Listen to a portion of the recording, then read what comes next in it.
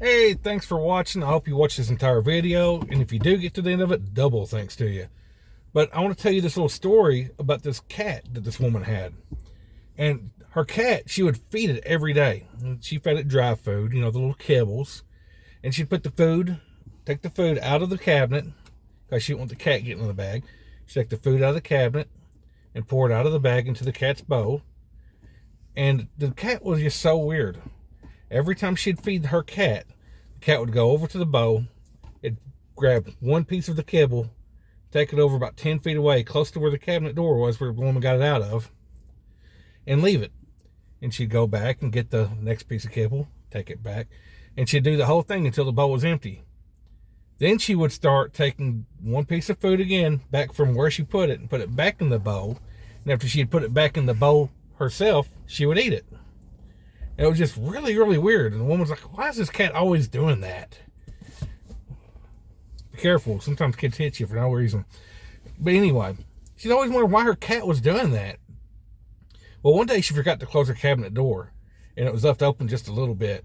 And her cat got in the cabinet and got into the food, which is what she was always wanting not to happen. And something weird happened. The cat got into the food bag and took a piece of kibble, carried it to her bowl, and she filled her own bowl up. And the woman sitting there watched this whole thing happen, expecting the mess, but just took the food straight to the bowl. And she was waiting for the cat to start taking the food out of the bowl back to where she usually does, and then put it back in the bowl again, but she didn't. The cat was satisfied because she filled up her own bowl. She didn't want somebody feeding her, she wanted to feed herself. Well, think about how we are. We don't want nobody feeding us, we want to feed ourselves. Think about our salvation. Jesus told us that our salvation don't come of works. Our salvation comes by faith. It is a gift of God. But yet, we look for answers with horoscopes, with astrology, with seances, with psychics, with whatever we can think of. We look for answers anywhere we can but through God. And then if we come to know Christ as our personal Lord and Savior, we oftentimes don't want to let go and just let God handle things for us. We want to try to take care of them ourselves.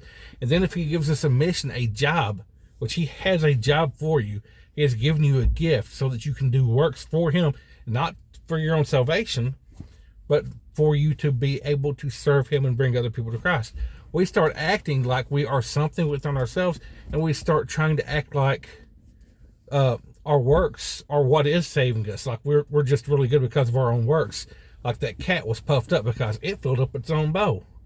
Not realizing that if a woman wasn't going out and getting the food for the cat in the first place, there wouldn't be a bag there for the cat to have gotten into to get her own food out of. Well, the same thing's true for us. Nothing in this world is our own.